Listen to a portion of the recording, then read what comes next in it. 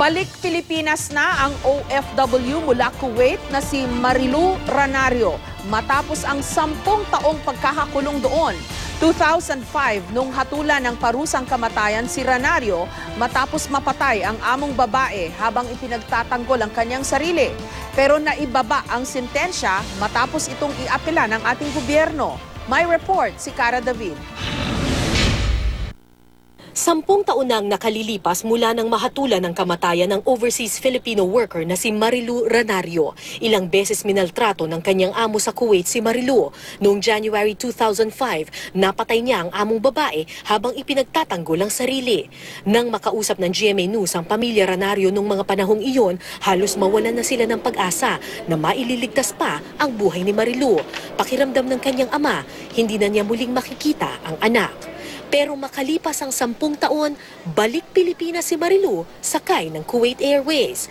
Labis ang tuwa ng kanyang pamilya na sumalubong sa kanya. Masaya ako nakarating ng Pilipinas. Nag-sacrifice ako, nagpakabait sa loob para lang makauwi kaagad. Ako'y lubos na naliligayahan na nakauwi na yung anak ko dito sa Pilipinas.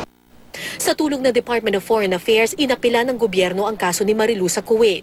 Hindi natuloy ang bitay at ibinaba ito hanggang sa 10 taong pagkakakulong. Through the appeal of our government, it was reduced to life in prison. And over the years, upon review of the case, the life imprisonment was reduced to 10 years in prison.